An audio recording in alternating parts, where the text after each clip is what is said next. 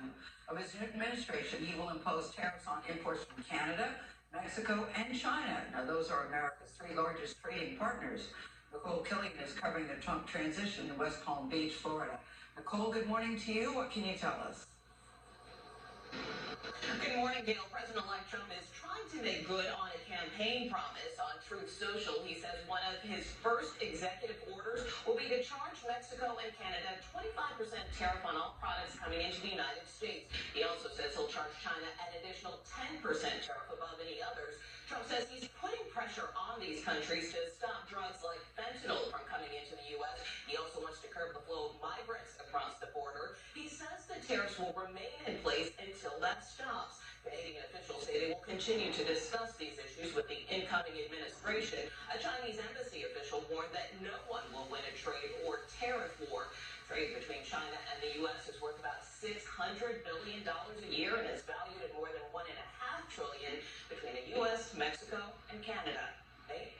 Nicole, thank you. Let's bring in CBS News business analyst Jill Schlesinger for more on these tariffs. Good morning, Jill. So what does this mean for consumers? You know, it's interesting because a tariff is basically a fee that's placed on an imported good. Please right? explain that. Okay. I think a lot of people are confused. Right, so it's not that it's like, oh, we're fining this country. Right.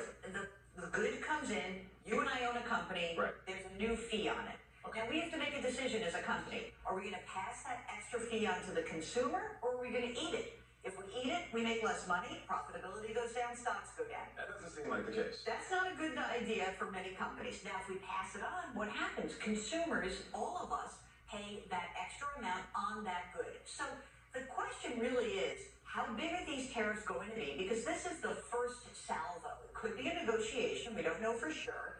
And which goods are really impacted are going to be really, I think, subsequently figured out, because some of them are going to be auto parts, some of it's going to be oil from Canada, some of it's going to be food from Mexico. I think the biggest concern that I talked to about a lot of economists is this could also snarl up the supply chain in North America, because it's Mexico, Canada, and the U.S., and a lot of those supply chains were established during COVID to minimize risks. So when you add it all up and you think about the total effect on the economy, what might it be? And could we see more manufacturing here in the U.S. to avoid the tariffs? Well, the problem with the manufacturing, let me deal with the second part of that question, is that it takes a while to get that really booted up, right? And so manufacturing, it's not like, boom, it turns on in 5 minutes.